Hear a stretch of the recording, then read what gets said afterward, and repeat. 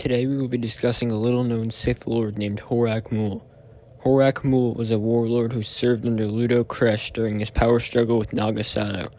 This was a pivotal moment in Sith history, leading to a war that engulfed the entire galaxy.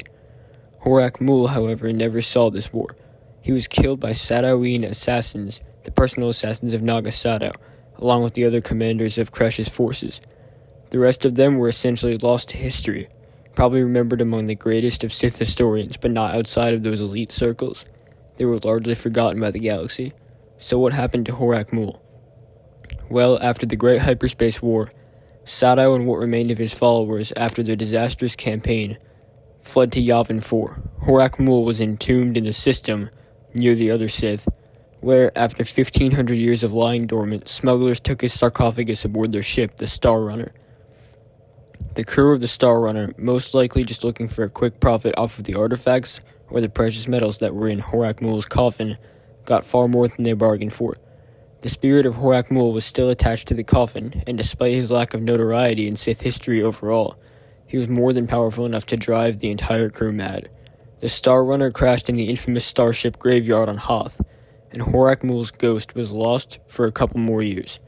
In 3642 BBY, an Orderland chief exploring the graveyard, yes, this is the same species as Max Rebo from Return of the Jedi, was possessed by Horak Mul's ghost.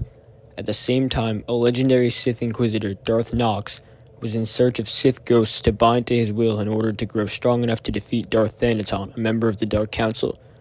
Horak Mul knew this when Nox came to him and said that he would not be persuaded to leave his current body and be imprisoned inside the Sith Lord's mind. He told Nox that if he wanted a chance of binding him, he had to seek out a temple that once served as a training ground and now is a burial place for Naga Sato's elite assassins, the Satoian. These were the very beings that had killed Horak Mul's physical body over a millennium earlier. Nox obeyed, and after destroying the Satoian statues inside their tomb, he was met with one of Sato's fallen guardian droids, possessed by the ghost of Horak Mul.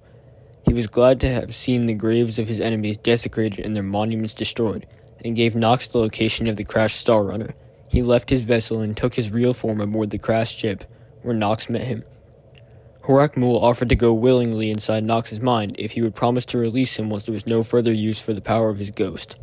Nox refused, and Horak Mul fought back. Nox won and used the Force Walk ritual to imprison Horak Mul's ghost inside his mind.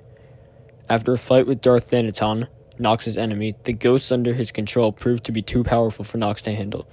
The spirits Nox had captured threatened to drive the Sith insane and deteriorate his body.